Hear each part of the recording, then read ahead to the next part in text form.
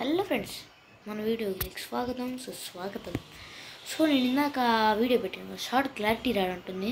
నేను ఫుల్గా ఎక్స్ప్లెయిన్ చేస్తాను ఇప్పుడు ఈ వీడియోలో.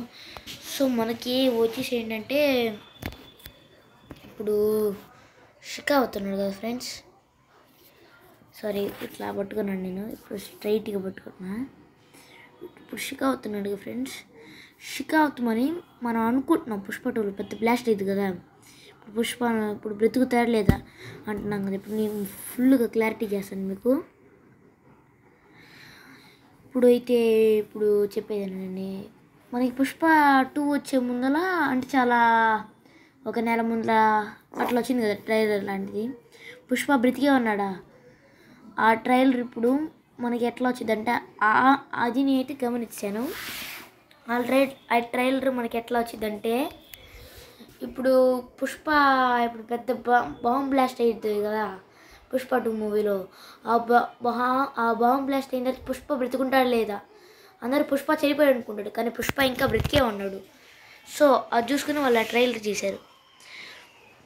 అట్లా పుష్ప3లో ట్రైలర్ అనుకుంటున్నాను నేను. సో అట్లా ఉంటుంది పుష్పతోటి. కానీ వాళ్ళందరూ ఏమయ్యారో నాకు కూడా తెలీదు. ఇప్పుడల్లా ఎవరికి తెలియదు అనుకుంటున్నాను నేను.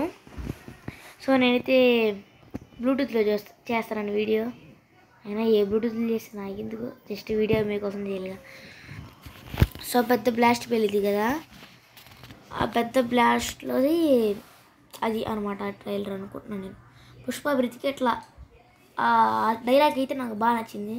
అది గైస్, అదే అదే అదే పులి ఒక అడుగు ముందుకు వేస్తే మనిషి